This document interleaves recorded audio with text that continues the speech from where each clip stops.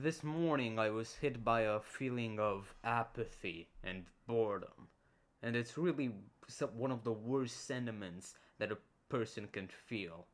Schopenhauer said that man is between two extremes, stuck in between them, boredom and suffering.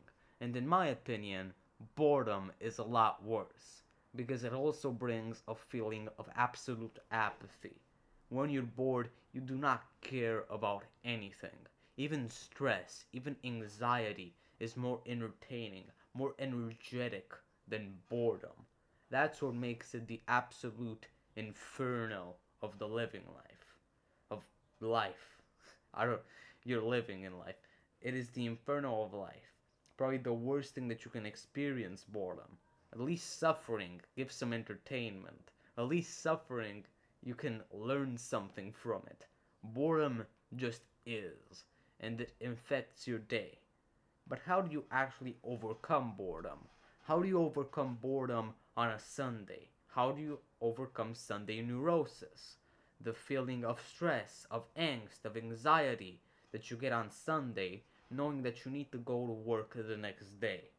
The dreaded, and I say dreaded with how do you call them? Goddamn, I say dreaded with these the dreaded Monday, dreaded, because how could you dread the first day of the working week? How can you say that I am so miserable because I am starting to work? You get the opportunity to work. You get the chance to work. Work is truly a gift. It is an investment that you make into your future self. A sacrifice that you make for future you.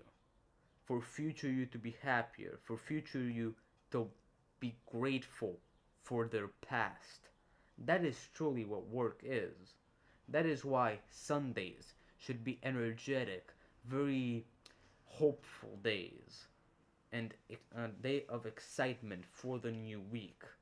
That's why boredom, why Sunday neurosis is so bad, such so flawed. But how do you overcome boredom when it feels all encompassing, when it feels all destroying? The mother of suffering without purpose. You overcome it by first just take a deep breath. Please just take a deep breath and realize that you are alive. Realize that you had a very microscopic chance of being born. That not everybody gets to die, to be bored. You are gifted in this sense. Other people want to be bored. Other people are suffering too much. They want to be in this state of mental apathy. You are truly gifted because you can be bored, because you can be apathetic. So be grateful for it, because boredom doesn't affect everyone. It affects a few, a selected few that actually can feel it, have a feeling to feel it, have a chance to feel it, and can compare it to something else. Because other people just exist in boredom. They don't get entertainment. Other people in like the 15th century, their life was either suffering or boredom. They didn't have a middle ground, so they could actually suffer or be bored. These were just the basics of their life. So you are lucky that you get to kind of suffer or be apathetic in them. It is truly a gift. Suffering and boredom are the greatest experiences in your life because you get the chance to live them, to actually see their bad side. Without them, you would never actually enjoy the good parts of life. The mornings where the days where you just stay at home, where you just go for a walk. These are the days, the rudimentary days, where you actually get some perspective. The days you can compare to amazing days, to victories, and actually say, wow, I am happy because I was here. As James Clear says it, The height of your joy is directly proportionate with the depth of your sorrow. You can't be happy without boredom or suffering. They are the gifts that make happiness, that put in the root, that water the root of happiness, of joy, of hope. They are the most important things that you need to learn to appreciate, to feel gratitude towards. How do you beat them? By being grateful for them. You don't need to find artificial ways of diminishing your suffering or boredom.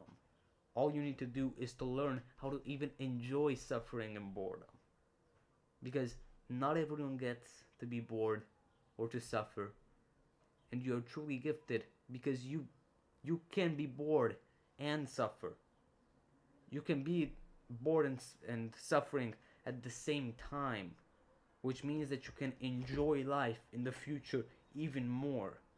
That suffering you get because you keep working every single day on a project and you need to wait until it actually takes form. That boredom you get when you wait for a test result. That is what makes the results, the test results, and the results of your labor so goddamn enjoyable, so fulfilling. Stop complaining about boredom and suffering because they are the things that give you everything. They are the things that give you perspective and let you see the joy of life with a different perception. I'll see you later.